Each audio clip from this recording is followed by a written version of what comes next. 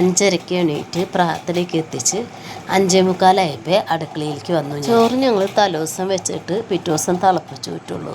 അങ്ങനെ ചോറ് തിളപ്പിക്കാൻ വെച്ച് ചോറ് തിളച്ച് വന്നു. ഞാനത് വാർക്കാൻ വേണ്ടി എടുത്ത് വെച്ച്.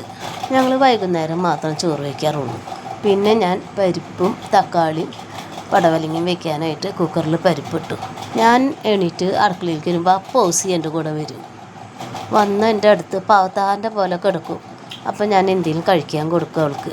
ഒരു എല്ലും കഷ്ണം കിട്ടിയ അവൾക്ക് സന്തോഷമായി. അങ്ങനെ പരിപ്പ് വെന്ത് തക്കാളി ഇട്ട് തേങ്ങ അരച്ച് ഞാൻ അടുപ്പത്ത് വെച്ച് ഒരു വിസിൽ അടിച്ചു.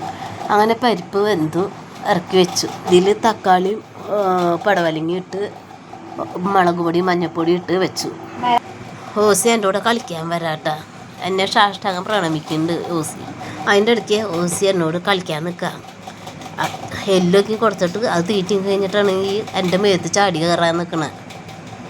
കുറച്ച് നേരം അവളായിട്ട് കളിച്ചുകൊണ്ടിരുന്നു. പിന്നെ അപ്പോഴേക്കും കടുക് താളിക്കേണ്ട സമയമായി. ഞാൻ കടുക് താളിച്ച് വേഗം കൂടാത്തിലേക്ക് ഇട്ട് ഒരു ഗ്ലാസ് ചായ കട്ട ചായയും കുടിച്ചു. ഇത്രയേ ഉള്ളൂ വീഡിയോ. ഇഷ്ടമായി സബ്സ്ക്രൈബ് ചെയ്യുക, ലൈക്ക് ചെയ്യുക, ഷെയർ